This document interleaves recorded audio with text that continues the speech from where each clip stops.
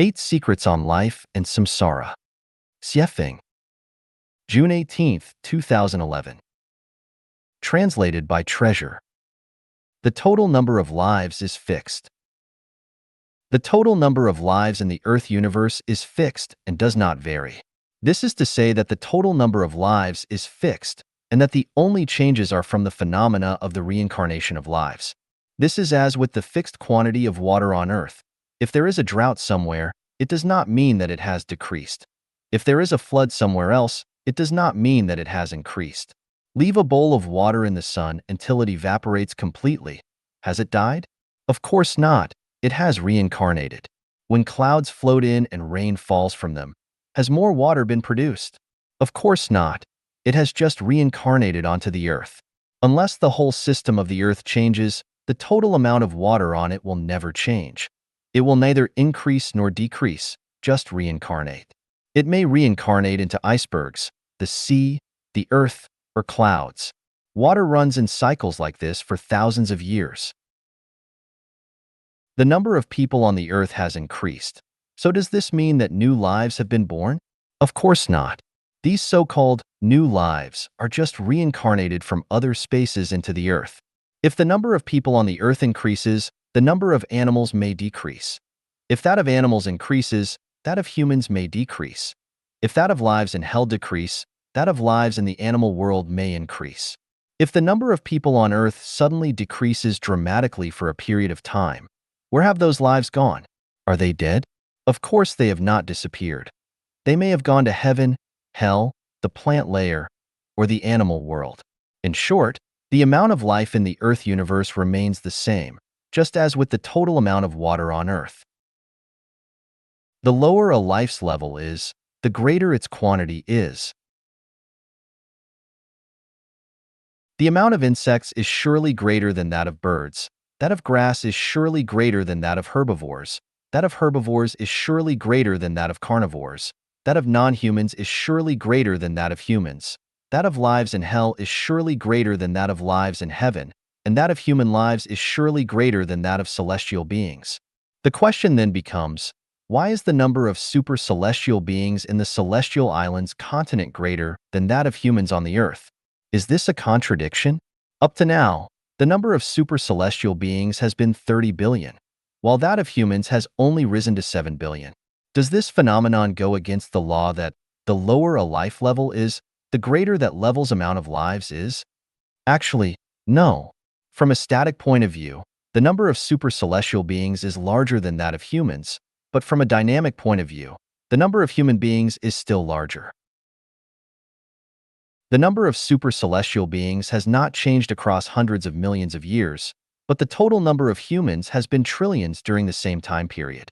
Things, including lives, are valued according to their scarcity. Jesus Christ told us that the road taken by great numbers leads to destruction, lower life spaces, but that only a small number will take the way to life. From this perspective, when a person views things as the masses do, then they will go toward lower life spaces. When the masses go a certain way and you follow them, then surely it will be toward lower life spaces. Only those who concentrate on the things that common people ignore and remain indifferent to the things that common people value highly have any hope of ascending to higher life spaces. Bad people must outnumber good people. According to the law of the amount of lower-level life being greater than that of higher-level life, it can be deduced that the number of evil people surely exceeds that of righteous people. This is also to say that the number of ignorant people is more than that of laities. That of laities is more that of mortals. That of mortals is more than that of sages, and theirs is more than that of celestials. It is as in human society where the number of common workers exceeds that of business managers, that of managers exceeds that of city mayors, that of mayors exceeds that of provincial governors and ministers, and theirs is greater than that of national presidents and prime ministers. Any other arrangement would be chaotic and disorderly. Life is easy to reincarnate into lower life spaces, but hard to sublimate into higher life spaces. In human society, it is easier to commit crimes than to become role models and easier to become bad examples than good ones because it is easier to appease one's flesh than to sublimate their souls. People like to cater to the values of the masses, which fall into the category of high quantity but low quality of life.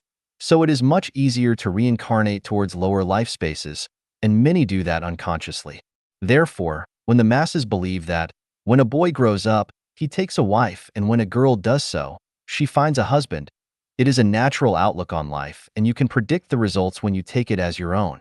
When you follow the masses who are making money and doing business with companies, the consequences of reincarnation can be foreseen. But when you follow those who practice Qigong to attain Buddhahood or become celestials, you will certainly achieve a very different result. The number of people who are going to higher level spaces is small.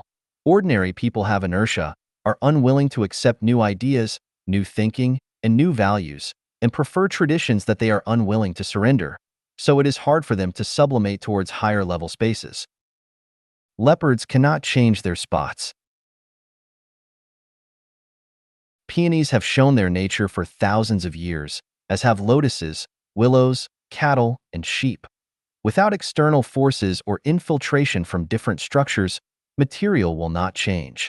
Without guidance from gods, Buddhas, celestials, demons, goblins, or monsters, we will always remain human. Therefore, in the process of reincarnation, we must approach those who have the consciousness of celestials, Buddhas, and gods. If we hear their teachings and practice them, then we will be blessed greatly.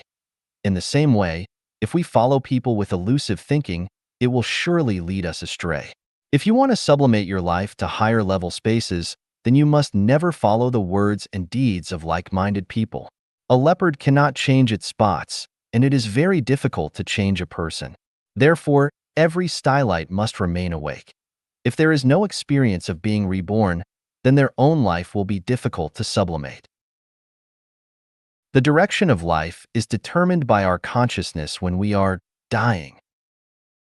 The direction of life is determined by people's consciousness at the moment when they retire from this world. We know that the essence of life is determined by its non-material structure, which is mainly shaped by its type of consciousness, its non-material structure, and its life state. Therefore, if someone attains the consciousness of an animal at the very moment when they leave the world, then they must go to the animal world after they die, but if they attain the consciousness of a celestial being when they leave the world, then they must go to fairyland and so on. A question arises here. If one maintains a human consciousness throughout their life, can they suddenly attain Buddha's consciousness and go to the Pure Land at the moment of their physical departure? The answer is no. There is no possibility of a qualitative change without an accumulation of smaller quantitative changes, nor can anyone overcome the gravity of their life. Additionally, human consciousnesses develop toward the places where their treasures lie. If they lack any accumulation of treasures in heaven, it will be impossible for them to attain the quality of life in heaven without having their treasure there. Where our treasures lie, so too will our hearts be, and there we will find our futures. The imprinting of life's reincarnation. Geneticists know that human DNA carries genetic information, and that people who have had physical injuries in their bodies in previous lives have been imprinted with those injuries in their current lives. By observing what people say and do, we can trace back to their previous lives. And just as geologists know the changes that have taken place by studying landforms and geological structures, we can infer the ages of people by observing their appearances. As we study different kinds of people, we can see that some had been specific types of animals in their previous lives, some must have been humans, and some are from heaven. Sherlock Holmes's ability to solve crimes came from his mastery of details and how he could make judgments based on clues left at the scenes of crimes, including where the criminal came from and their basic characteristics, because everything is imprinted just as with the reincarnation of life. This gives us the message that in order to ascend one's life to heaven, all their human imprints must be eliminated. The mystery of Mengpi soup. Note: Mengper is the Lady of Forgetfulness in Chinese mythology. It is said in Sutra of Hell's King that ghosts in hell who qualify to reincarnate upward are offered a bowl of Mengpa soup, also called ecstasy soup, to each one, which cause them to forget their previous lives before joining the mortal world as new lives. This is both great compassion and a law that keeps all kinds of lives in order and maintains their dynamic balance. If their memories of previous lives were not eliminated, then human society would be unthinkable. What kind of relationships would exist if people learned that in a previous life, their children were enemies, that their spouse was their grandmother, that a close friend was their enemy, or that their pet was their child? It would create complete chaos and their thinking would be confused. Therefore, the lower level a life is, the more their memories of previous lives must be eliminated. Otherwise, not only would the mortal world be chaotic, but even heaven would be. Each life's information about their previous lives are in codes which cannot be revealed or deciphered randomly. These are cosmic secrets, and if they were to be revealed, conflicts and disasters would result inevitably. The vast majority of people live in confusion and are unaware of the universe's secrets. This is why Jesus said, "To you, it is given to know the mysteries of the kingdom of God, but to those who are without, all these things are done in parables, and that seeing, they may see but not perceive, and hearing, they may hear but not understand, lest at any time they should be converted and their sins should be forgiven." The mysteries of life are endless and interesting to explore.